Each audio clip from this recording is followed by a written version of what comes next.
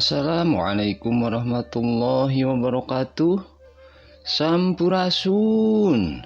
Dulur dangu sadaya aya ieu dulur dangu sadaya. Alhamdulillah araya geuningnya. Wilujeng patepang dangu deui sareng emang di acara anu maneh nu dipikadeudeung ku urang sadaya, acara dongeng Sunda. Ditepasna dongeng Mang Otong channel. Di dieu urang sami-sami siling duakeun nu di dieu nu di ditu, nu di dalam negeri, nu di luar negeri. Mugia urang sadaya aya dina panangtayungan Gusti nu welas asih. Dipasihan yuswa nu panjang tur barokah, rizki nu ageng tur halal, pakasaban nu aman tentrem, ditebihkeun tina balai sinareng musibah. Amin ya rabbal alamin.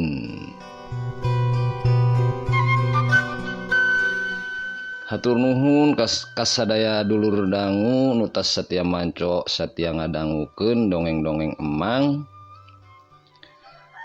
Nu tos satia ngarojong channel emang, nu selalu hadir dina kolom komentar. Hatur nuhun kasadayananya.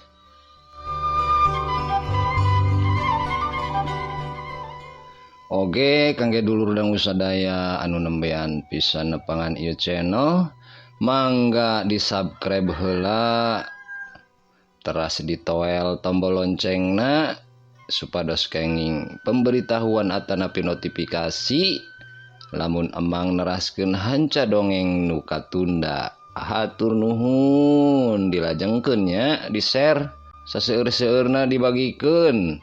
Hai tot.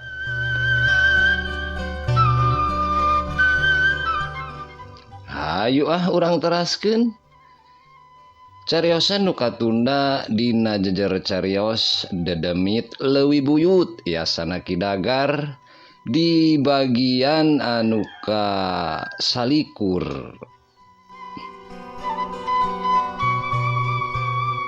Ulah hilap cur cikopina kaparayun.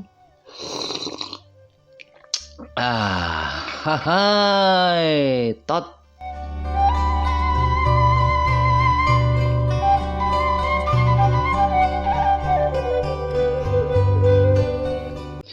Mang Kosim ngusiwal kana dompetna, manehna ngasongkeun duit 200.000 ka Pak RT. Mumpung isuk keneh, loba keneh waktu.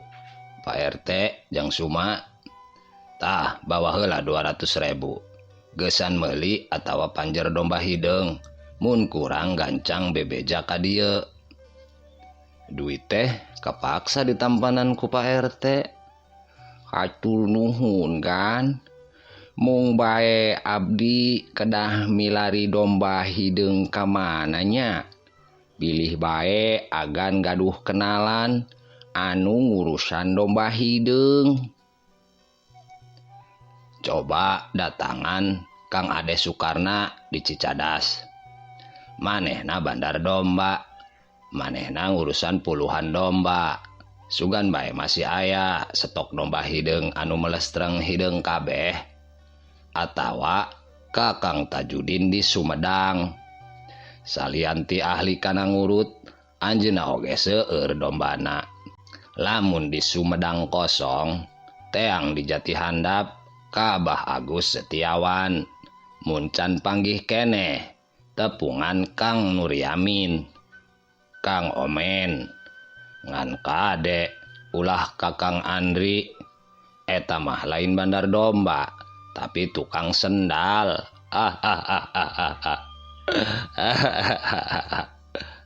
Tah ieu ditambahan kukuring duit keur ongkos sarta jajan di jalan.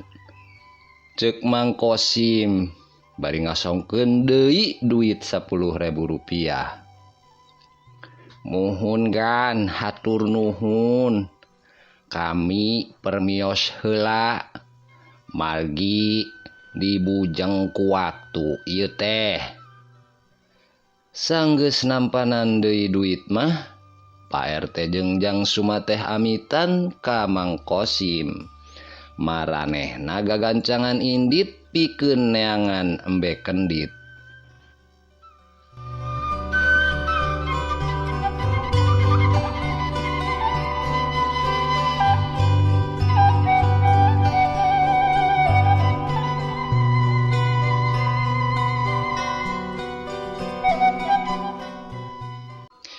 Teu lila torojol biana bari nanggeuy baki dieusi ku 3 gelas ci kopi sarta sapiring goreng sampu minangka lalawuhna.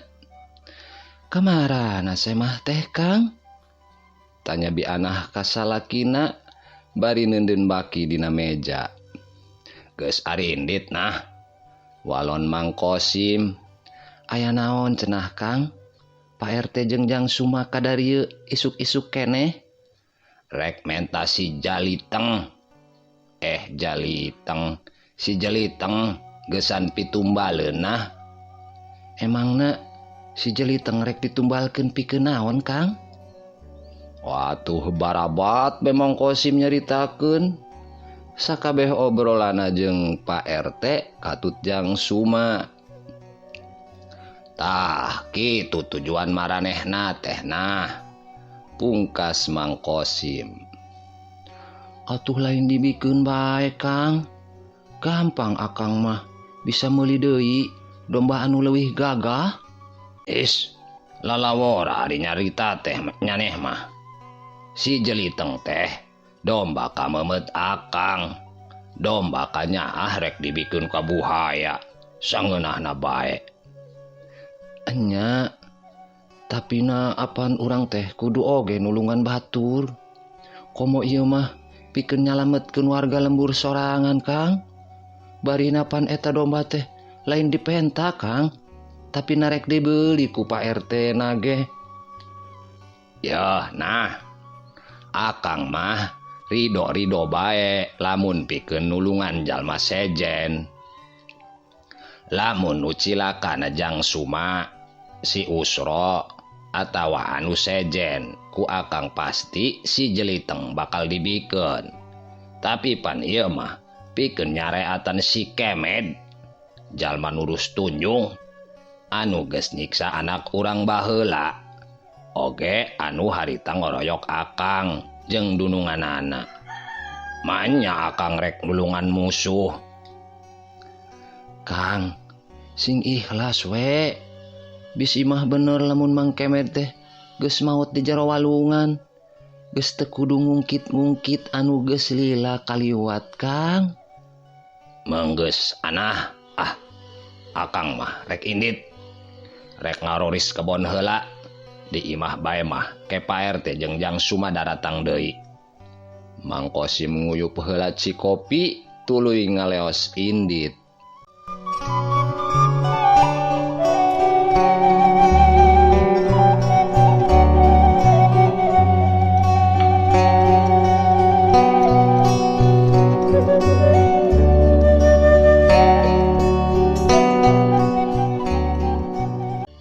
Mang Kosim nungtun domba hideungna tuluy diasupkeun ka kandangna nu aya di tukangeun imah.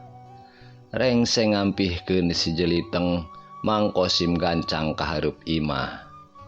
"Mending ge aing indit ka pasar tepi kaburit daripada di kebon disusul ku Pak RT jengjang Suma. Di pasar mah aing bisa sakalian nagihan tukang sayuran sarta jajan kupat tahu mah eceh anu sedep pisan." Mang Kosim gancang ngahurungkeun motorna. Sanggeus hurung mah Mang Kosim gancang tumpak kana Vespana. Geleuyeung motor maju ngambah jalan lembur. Wanci terus nyerelek. Teu karasa harita geus wanci mengok ngulon. Nu hartina karisa jam deui ka wanci tunggang gunung. Di mana jadi wates tina waktu nu dibere ku bajul ireng. Siluman buhaya nu mere waktu geusan pitumbaleun ka bah gawok. Di sisi lembur, dua orang lalaki lempang ngalenghoy, beungeut na kalotor ku kebul. Baju di bagian palebah dadana oge juuh ku kesang. Maranehna teh tayalian Pak RT jeung Jang Suma anu geus ti lembur Cibodas jeung lembur Sejena. Mapai bandar-bandar domba pikeun neangan embe atawa domba kendit. Cilaka Pak RT, sakitu lobana domba anu geus ditempo ku urang, hiji ge taya anu kendit. Aya nu awakna hidung, palebah buntutna bodas. Kaci henteu nya lamun buntutna dikurut dipiceun heula. Ceuk Jang Suma ka Pak RT nu lempang gigireunana. Atuh teu meunang Jang. Kudu teu dombana ari keur syarat mah walon Pak RT. Kumaha tuh ketak urang Pak RT? Da puguh moal aya waktu deui ieu teh. Pikeun ngaprak neangan domba ka lembur sejen mah. Geus rek wanci tunggang gunung, sakudung deui ge ieu teh. Reg Pak RT ngarandeg heula lempangna, ngahuleng sakedeung tuluy neuteup ka Jang Suma anu sarua milu ngarandeg. Sigana taya cara sejen deui Jang. Kalah kumaha oge urang kudu ngadesek Juragan Kosim pikeun masrahkeun dombana. Lamun teu hasil keneh nya urang pasrah, hartina meureun mangkemet teh bakal maot bari teu dipulasara layona. Jadi urang ka imahna gan Kosim deui Pak RT. Enya Jang, hayu urang kudu gagancangan Jang. Nu duaan lalempang deui, lempangna mani ngagedig sabab dibuburu ku waktu. Gancangna carita Pak RT jeung Jang Suma tepi ka imahna Mang Kosim. Kaayaan jempling nu garawe ge geus baralik. Wah, cilaka Pak RT. Motor Vespana gan Kosim eueuh. Hartina gan Kosimna oge keur eueuh di imah. Cobaan bae heula saha nu nyaho motorna keur aya nu nginjem atawa keur dieusian bensin ku si Usro. Pak RT jeung Jang Suma gura-giru ngadeuketan kana panto imahna Mang Kosim. Anu nutup Pak RT keketrok bari uluk salam. Assalamualaikum. Punten, sampurasun. Waalaikumsalam. Mangga, rampes. Aya sora awewe anu nembalan. Kolotrak, bray, panto aya nu muka ti jero. Bianah kaluar ti jero imah. Geuning Pak RT sareng Jang Suma. Mangga kalebet. Bianah someah ngabageakeun. Nu duaan arasup tuluy gugek dariuk dina korsi. Bianah oge diuk di hareupeun dua urang tamuna. Dupi Juragan Kosim aya agan istri? Tanya Pak RT. Nuju angkat Pak RT. Tadi mah saurna bade ngaroris kebon. Tapi geuningan nyandak motor. Biasa nama pami nyandak motor. Sok teras nagihan sayuran. Wihna kinten-kinten tabuh sabaraha nya? Tetang tos anjeunna mah pami angkat teh. Sakapeung nyawanci sareupna nembe uih, sakapeung kawengikeun. Pak RT jeung Jang Suma silih pelong. Pak RT katempo rada nguyung, Jang Suma mah komo kawas anu peunggas pangharepan. Emangna aya pikeun saeunaon kitu? Sok we saurkeun ka abdi Pak RT, tanya Biana. Kieu saleresna mah gan, drok-drok Pak RT teh nyaritakeun pamaksudan dirina jengjang Suma. Tapi kanga dua kalian datang ka dieu ka imahna Biana.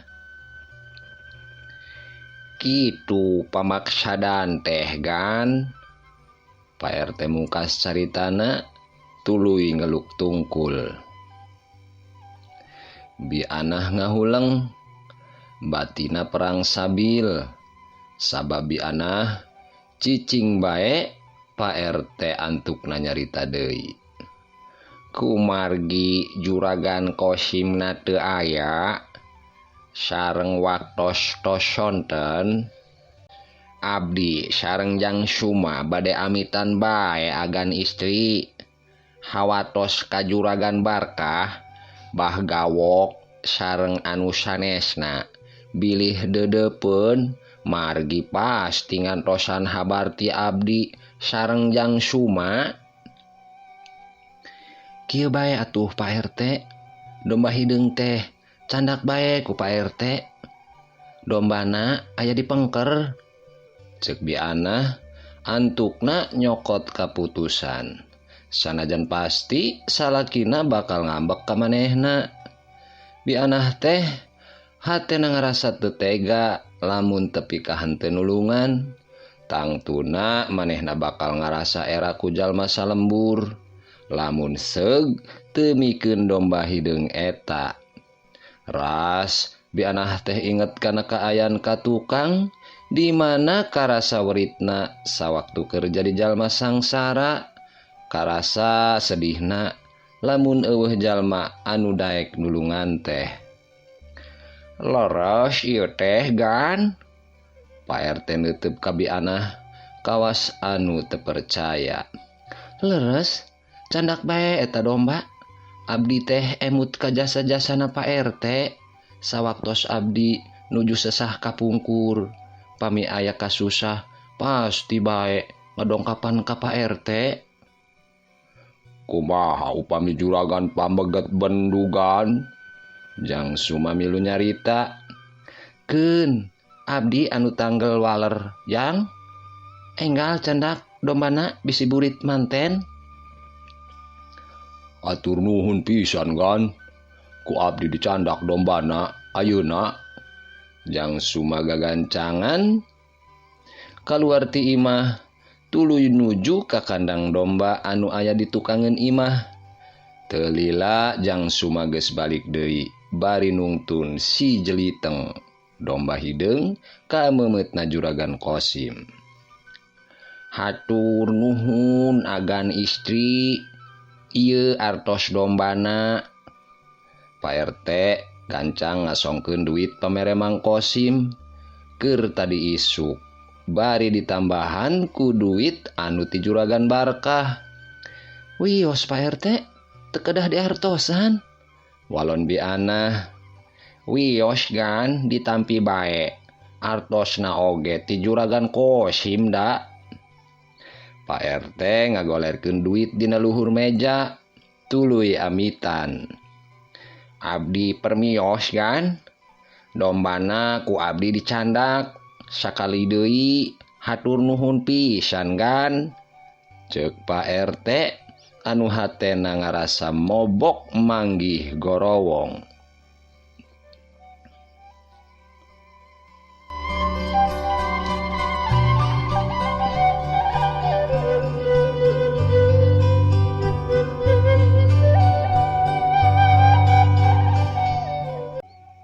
Pak RT jeung Jang Suma ngagedig teu sirikna satengah lumpat lempangna bari nungtung domba hideung pikeun dibawa ka imahna juragan Barkah di mana di ditu Bah Gawok nungguan. Wanci tunggang gunung di sisi walungan Ciwidey geus ngagimbung warga lembur sugih mukti anu hayang nyaksian kana acara numbalan Mang Kemed ku embe kendit sajodo tea. Bah Gawok sila di sisi walungan bari nyang hareupan sasajen jeung parupuyan anu geus ngelunkeun haseup bodas. Bau menyan ti tadi geus kaambe minuhan eta tempat. Bah Gawok norolang macakeun jangjawokan pangangkirna.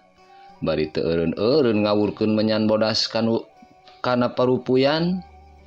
Bau menyan beuki tarik kaambeuna. Cahayu walungan mimiti motah, mega hideung ngadadak datang pagulung-gulung nutupan langit. Kaayaan rep-repan jadi poek. Seor, glebu, angin tiis niup ka sisi walungan. Bah Gawok gancang cengkat gap kana bedog leutik anu tita tadi ge ngagoler di gigireunana. Bedog dipesat sarangkana diselapkeun kana cangkengna. Bawa ka dieu embena, ceuk Bah Gawok bari neuteup ka Jang Suma jeung Pak RT anu nyekelan embe jeung domba hideung. Pak RT ti heula maju dibarengan ku Juragan Barkah. Embe bikang kendit anu ditungtun ku Pak RT dibawa ka sisieun walungan pisan, tuluy digolerkeun. Sukuna dicekelan ku Juragan Barkah jeung Pak RT. Bah Gawok gancang neueulkeun bedog leutik kana beuheungna embe. Gersel bae embe teh dipencit. Getih ngucur kana cai walungan. Cai walungan beuki motah. Ombak ting siriwik ka sisi walungan. Alungkeun eta embe ka walungan, titah Bah Gawok. Embe menang mencit dialungkeun ku Juragan Barkah jeung Pak RT ka tengah walungan. Kujubar, embe hideung teh angkleung-angkleungan di tengah cai anu keur motah. Sakilat katempo ku sararea aya buhaya hideung anu ngadadak kaluar ti jero cai. Sarta langsung nyamber eta embe tuluy dibawa ka jero cai. Bawa domba hideungna ka dieu, ceuk Bah Gawok bari ngagupayan ka Jang Suma anu kabagian tugas nyekelan si jeliteng. Jang Suma gancang nyampeurkeun bari nungtun domba. Carata di domba teh dipencit getihna dikocorkeun ka walungan, tuluy dombana dialungkeun ka tengah walungan. Domba langsung disamber ku buhaya hideung. Kawasna bae memang geus didagoan. Teu lila buhaya hideung teh muncul deui bari katempo nyered awak jelma anu buligir teu make papakean. Eta awak jelma teh didorong ku tungtung sungut buhaya ka sisi walungan. Ngong, kadenge ku Bah Gawok sora bajul ireng nyarita. Eta layonna si kemet teh. Anjeun geus nedunan kana syarat kaula. Jadi kaula masrahkeun eta layon ka anjeun. Atur nuhun pangarsa, tos kersa masihkeun ieu layon. Walon Bah Gawok. Buhaya hideung ngarelep teuleum ka jero cai teu katempo deui jirimna. Cai ngadadak tenang deui. Angin oge ngadadak leler ngan bae langit masih katempo angkeb. Leres Mang Kemed ieu mah gan, ceuk Pak RT anu harita gancang ngilikan layon anu ngambang di sisi walungan. Duh, duduh teuing Med, tepi karek pegat kitu beuheungna. Juragan Barkah ngabalieur, teu tega nempo kaayaan layon badegana. Layon Mang Kemed teh tatu dina beuheungna, awakna mah bersih ngan bae katempo geus rada bareuh. Maklum bae geus 3 poe leungitna oge. Warga lembur babarengan ngagotong layon Mang Kemed dibawa kanu tandu. Tuluy dibawa ka lembur. pikeun dipulasara sakumaha mestina.